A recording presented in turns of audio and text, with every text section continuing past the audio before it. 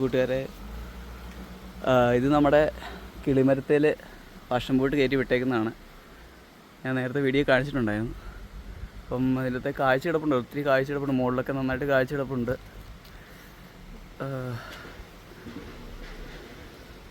Okay, കാണാം, അത്യാവശ്യം നന്നായിട്ടുണ്ട്.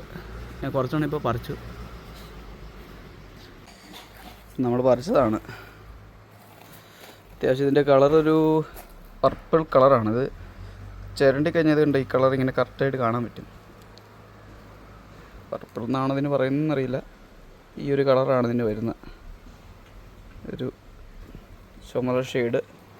ഞാൻ കുറച്ചെണ്ണം പറിച്ച് വെച്ചിട്ടുണ്ട്. ഇതുണ്ടോ, ഒരെണ്ണം പറിച്ച് വെച്ചിട്ടുണ്ട്. ഇതൊക്കെ അത്യാവശ്യം മൂത്തതാണ് എല്ലാം തന്നെ. ഇതൊരു ഇത് വെച്ചിട്ട് നമ്മളൊരു ജ്യൂസ് അടിക്കാമെന്ന് വെച്ചിട്ടാണ്. ഹലോ കൂട്ടുകാരെ, അപ്പം നമ്മൾ ഈ പാഷൻ ഫ്രൂട്ടെല്ലാം എടുത്തിട്ടുണ്ട്. ജസ്റ്റ് നമുക്ക് ഇതിൻ്റെ അകത്തെ പൾപ്പ് എടുക്കാം. കട്ട് ചെയ്യാം. ഇത് കണ്ടോ, അത്യാവശ്യം നല്ല പൾപ്പുണ്ട് ഇതിൻ്റെ അകത്ത്.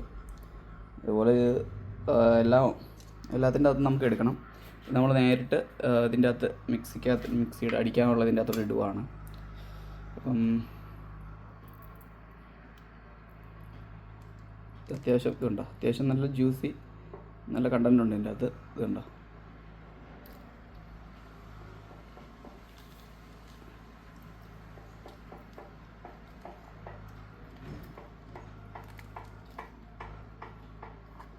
അത്യാവശ്യം ചെറിയ ഒരെണ്ണമാണ്, എന്നാൽ പോലും അത്യാവശ്യം കണ്ടൻറ്റിൻ്റെ അകത്ത് ഉണ്ടായിരുന്നു കേട്ടോ. നമുക്കിത് പൂർണ്ണമായിട്ട് എടുക്കാൻ പറ്റും. ഇതിൻ്റെ അകത്ത് ഒന്നുപോലും ഇല്ലാതെ ഇതിൻ്റെ അകത്തെ കണ്ടൻറ്റ് മൊത്തം എടുക്കാം. കാരണം അതിൻ്റെ അകത്തെ ആ സാക്ക് പോലൊരു സാധനം ഉണ്ടാകും, ഒരു ചെറിയൊരു കവറിൻ്റെ അകത്താണ് ഇതിൻ്റെ അകത്തും ഇരിക്കുന്നത്. അപ്പോൾ അത് പൂർണ്ണമായിട്ട് എടുത്തങ്ങ് ഇട്ട് കഴിഞ്ഞാൽ ഫുള്ളായിട്ട് നമുക്ക് കിട്ടും. ഒരു ഇതുണ്ടോ, അതിൻ്റെ അകത്ത് ഒരു ഇച്ചിരി ജാറിൻ്റെ ഇത്തിരി അംശം മാത്രമേ ഉള്ളൂ. അത് അതിൻ്റെ നീരിൻ്റെ അംശം മാത്രമേ ഉള്ളൂ. അത് കംപ്ലീറ്റ് നമുക്ക് കിട്ടും. ഒന്നുപോലെ നഷ്ടപ്പെടാതെ നമുക്ക് കംപ്ലീറ്റ് കിട്ടും.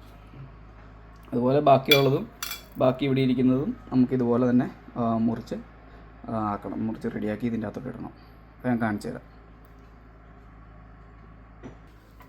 അപ്പം ഞാനിത് 5 എണ്ണം കട്ട് ചെയ്ത് വെച്ചിട്ടുണ്ട്. ഈ 5 എണ്ണം നമ്മൾ കട്ട് ചെയ്ത് ഇതിൻ്റെ അകത്തോട്ട് ഒഴിച്ചിട്ടുണ്ട്. പിന്നെ അത് അധികമൊന്നുമില്ല, എന്നാലും നമ്മൾ ബാക്കി വെള്ളം കൂടെ ഒഴിക്കുന്നുണ്ട്.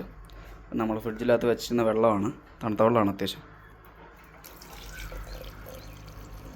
അത്യാവശ്യം ഒഴിക്കുന്നുണ്ട്.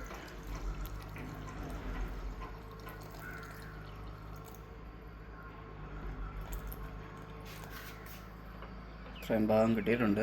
ബാക്കി നമുക്ക് അതിൻ്റെ ഫ്ലേവർ കിട്ടിയിട്ടുണ്ട്. ഇനി പഞ്ചസാരയും കൂടെ ഇടുന്നുണ്ട്. നമ്മൾ പഞ്ചസാര എടുത്ത് വെച്ചിട്ടുണ്ട്.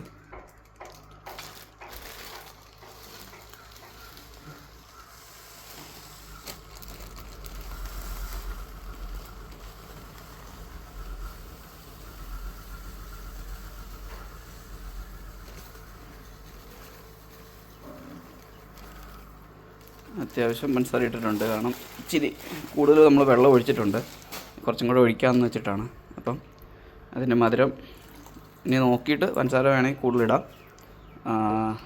അത്യാവശ്യം 3-4 പേർക്ക് എടുക്കാനുള്ള ജ്യൂസ് ഉണ്ടാവും. അപ്പം നമ്മൾ ഇതിന് മിക്സിയിലിട്ട് അടിച്ചെടുക്കണം.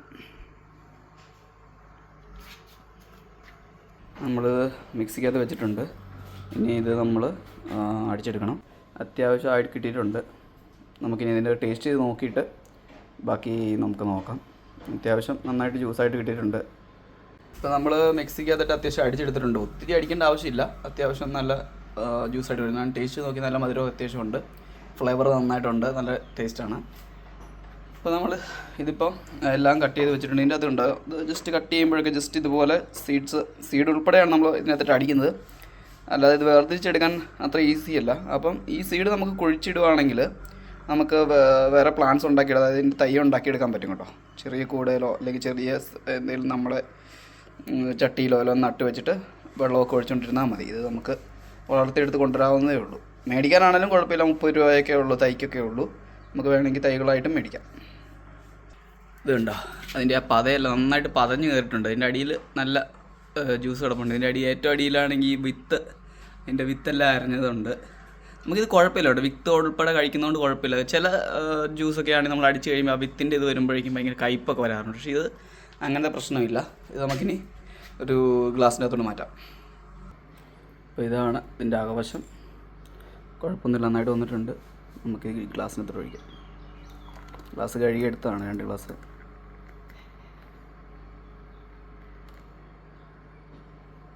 നല്ല ഒരു ലൈറ്റ് മഞ്ഞ കളറുണ്ട്, ഒത്തിരി മഞ്ഞ കളറില്ല, ലൈറ്റ് മഞ്ഞ കളറ്.